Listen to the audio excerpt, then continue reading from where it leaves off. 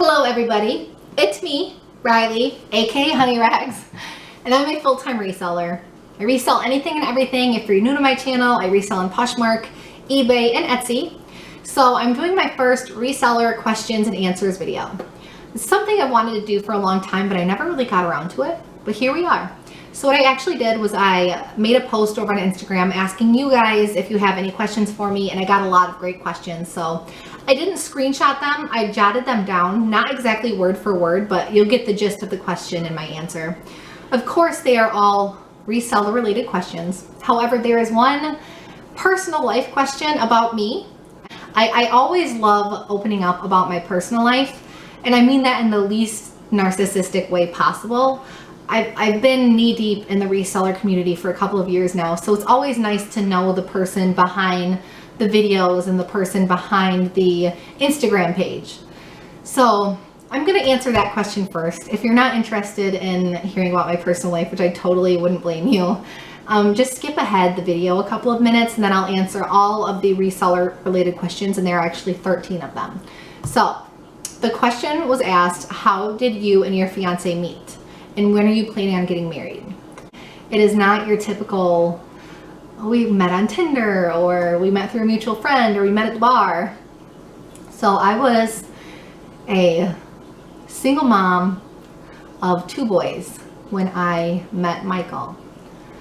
What happened was, when I was 7 months pregnant with my then youngest child, my son's father passed away. I've never opened up about it really, like publicly, ever. But he passed away, and I always hate like brushing it off because I don't want anybody to feel pity for me. But after he passed away, and you know, I had to endure some level of trauma, I was not ready to date. So I always pictured my future after what happened as a single mother of 2 kids, and I would just have to do it all myself with maybe some help from my family.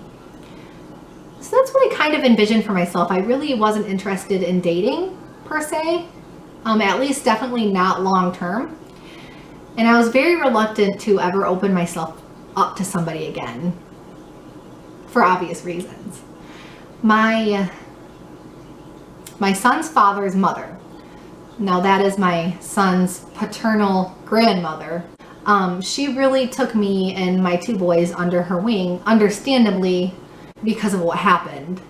And I ended up living with her for a couple of months. My life was pretty all over the place at the time. And she came home from work one day, and she knew that I wasn't really interested in dating.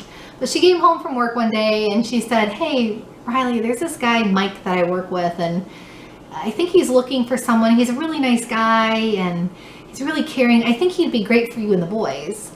And I kind of asked her a couple more questions, and that's what I found out. We had a 20-year age gap, Michael and I. And I know a lot of people, given a different situation, would think a 21-year-old with a 40-year-old at the time would not be a good mix. But after what I went through, I thought about it and I'm like, it would be nice to be with a mature man, because not every 20-some-year-old guy can take on a single mom with 2 kids going through what I'd went through. You know, that's hard for anybody. So I kind of thought about it, but at the same time I was afraid to open myself up again, and I didn't really feel like dating, I guess. It just wasn't in me at the time. So I kind of like brushed it off, and she kept pursuing it though for a couple of weeks. Every time she'd come home from work, she'd say, "Hey, have you thought about messaging him?" And eventually I said, "You know what, just have him message me on Facebook. We can chat as friends and see what happens." And it just went from there. I realized when we started messaging that we had a lot of things in common. And I know that sounds really corny, but like the things we had in common were very deep and very personal. And I met him on our first date, and it was just that first date, I felt like all my worries about opening up to someone again and committing myself to a man again, all those worries kind of just went away. And I know that sounds corny. And I don't even know how this is gonna, it gives me anxiety when I talk about that part of my life. So it's really hard to open up about. So I hope that made sense. Now, as far as when are we planning on getting married, I did everything backwards in my life, unconventionally, up until the point, I'm still doing it backwards, I feel like, because Michael and I went on to have a biological son together, and that is my youngest. So I have 3 boys. Now, Bradley, he's my middle child, and he met Michael when he was 12 or 13 months old. So he refers to him as daddy. He doesn't know anything else. I don't plan on telling him anytime soon that is his daddy. He even actually, if you ask him, do you think you look like daddy? He says, yes, I do, because, you know, he's so innocent. So yeah, I did everything backwards in life. So I want the wedding and the marriage to be picture perfect. I want the honeymoon to be perfect. So I never thought I'd be that person that was engaged for 5 years before I actually got married, but here I am. So I don't have a set date, but thank you for asking the question, because I didn't ever picture myself opening up about my personal life, especially that part of it, ever, through Honey Rags. But since someone asked me, I guess that was my opportunity to tell you guys, because it's a long story. So if you made it through that story, thank you so much. I know, it's weird. So now to the reselling side of this is the fun part, okay? These are all the reseller questions. They're not in any particular order. What are your bread and butter items as a reseller? Well, I jotted down a couple of things. When I first read that question, I was like, my bread and butter brands or my bread and butter items? But they just referred to it as what are your bread and butter items to resell. So in general, vitamins and supplements, even the ones that go for $15 to $20, $25, $30, because I can ship them first class. So always vitamins and supplements, like workout pills, belly fat burning pills, all that stuff. Like that's it's a consistent seller, and I know as soon as I list it, it's probably gonna be sold within the next couple of days.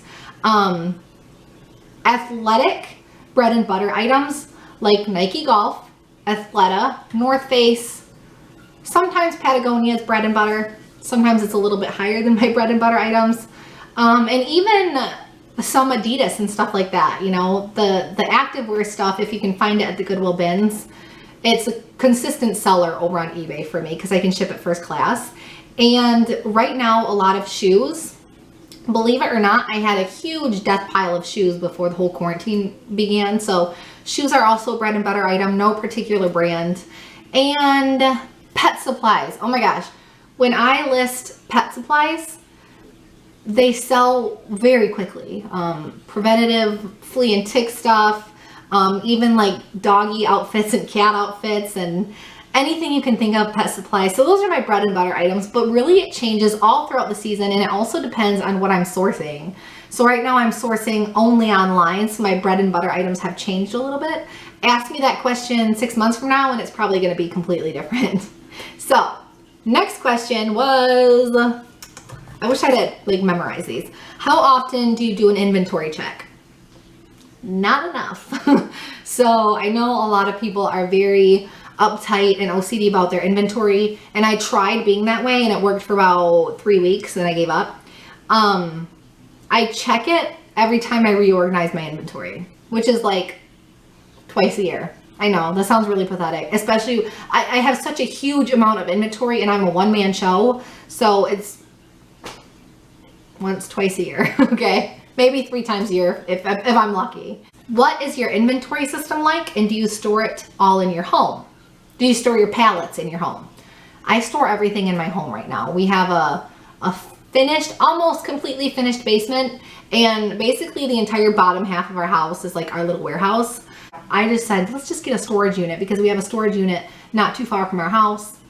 But then I was kind of worried about having to take all 3 kids there to ship some stuff up. So I like keeping it in my house. I really do. Eventually, once my kids are in school, I would love to rent a warehouse space and move all of my inventory there. Then I wouldn't have to drag all 3 kids out. I could just, while they're in school, I go do my work, and I come home and I'm home, okay? But right now we're storing it all in our basement. But we have a very nice system going because we have custom shelving in our basement for all of the tubs, and lots of parallel clothing racks, you know, like kind of like a store. It's like a store when you walk down in our basement. What is your favorite category to resell? My all-time favorite category, no matter what happens, it will never change, is literally anything vintage. Vintage paper, vintage clothing, vintage kitchenware, vintage knickknacks, anything vintage I love selling. I actually started out reselling vintage items, and obviously it was much more of a hobby because I wasn't bringing in as much as I am now that I'm reselling like hard goods and clothing and stuff. But yeah, vintage clothing is still a solid seller for me though. I've shifted my focus away from my Etsy sales, which were my vintage sales, and shifted my focus towards eBay because eBay has just been a really solid income for me lately. So advice on sending OTLs on Poshmark. So OTL means offer to likers. So if someone likes your item, you can send them an offer. You can send people offers on bundles that they made in your closet. I have a lot of videos giving advice on Poshmark, and my Poshmark strategy has changed like 6 times in the past 2 years, okay? Because even though Poshmark is an easier app to sell on, the social structure of selling on Poshmark is very complex. And I honestly, I do prefer selling on eBay because I don't have to worry about like constantly responding to offers or sending out offers every time someone likes an item. So right now, I send offer to likers like only a couple times a month. I went through a phase where I would, every time someone liked an item and I got that notification, I would send them an offer. But it was, I don't want to say it was exhausting because it really wasn't. I didn't have the mental capacity to send an offer to liker every single time I got a like on an item. I couldn't do it. So I gave that up. It did work for a while, but I know I'm gonna get burned for this. I could probably make a lot more on Poshmark if I sent out offer to likers more often, but I don't have a strategy on that right now. I just do it every once in a while when I feel like moving some inventory. What is the best way to get followers on Instagram to promote your Poshmark? The best way to get followers on Instagram to promote your Poshmark, if your Instagram is linked to your Poshmark, is obviously organically, being active in the community. When I first started my Instagram account to my Poshmark, I didn't really create it with the idea of this is going to increase my sales, but it was more of like a blog so I could connect with other resellers and feel like I'm part of the community, get advice, share advice. At the time, sounded like a good idea. I never in a million years thought that I would reach 38,000 followers on Instagram, and I'm so like blown away by it that many people are interested in, you know, the tips and tricks I have to give and about my life as a reseller. I think it's great. I do not have a direct answer for that, only because I don't even really know how I got to 38,000 followers. I guess just being yourself, being honest, being open. And as of today on Instagram, like I still don't really have many direct sales from Instagram. I pretty much use my Instagram just for the community aspect of it. So I don't have a direct answer on that. Like I said, just be yourself. I guess be aesthetically pleasing because everybody likes that these days. And just keep being active in the community, you know? Get to know the community. Is there an easy way of tracking sales tax? For me, no, there's not an easy way. Tax time is rough for me. So I do recommend at the end of each month to kind of jot down some numbers, do some accounting on your business to get an idea. But I don't always do that. I think I do it maybe twice a year, and tax time for me is the worst time of the year. It takes a lot of patience, a lot of paperwork.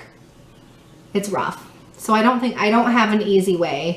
One thing that did help me was Intuit QuickBooks, which I believe if you go through TurboTax already, you get Intuit QuickBooks for free for like 6 months maybe. So Intuit QuickBooks basically just tracks you can track whatever you want on it. It's basically for small business owners. So just look into it. I'm not gonna, go on 15 minutes explaining what Intuit QuickBooks is, but go check it out. At what point do you consider yourself a small business? When people ask me, like, what do you do? I never think to say, oh, I run a small online business. It just sounds weird to me. I'm always like, oh, online sales. But when did I consider myself a small business? It's just, I consider myself a small business, but I also don't, that's a tricky question. Probably once I started replacing a genuine full-time income. For a while there, I was replacing like a good part-time income, but once I got to the point where I was replacing a full-time income, I really started to think, okay, yeah, like I can see this being a small business. And hopefully in the future I can do a Honey Rags website so that I don't have to do everything through eBay. But right now, with the kids all being home, it's just way too much for me to put on my plate right now. So yeah, it's kind of a good question, but I feel like I didn't answer it correctly. Maybe not what you were wanting to hear, but maybe I'm also looking too deep into the question. So if you guys enjoyed this video, please give me a thumbs up and subscribe to my channel because it means the world to me. I'm always blown away when I think about how many followers I have on Instagram and subscribers on YouTube. Like, I don't want to brag, but like I'm truly a humble person, and the fact that I have so many people who are so sweet and uplifting and understanding, like you guys are amazing. So thank you so much for watching. If you guys want to go follow me on Instagram, I'm going to leave a link down below in the description to my Instagram. Happy selling, stay home, stay safe, save lives, and thank you again.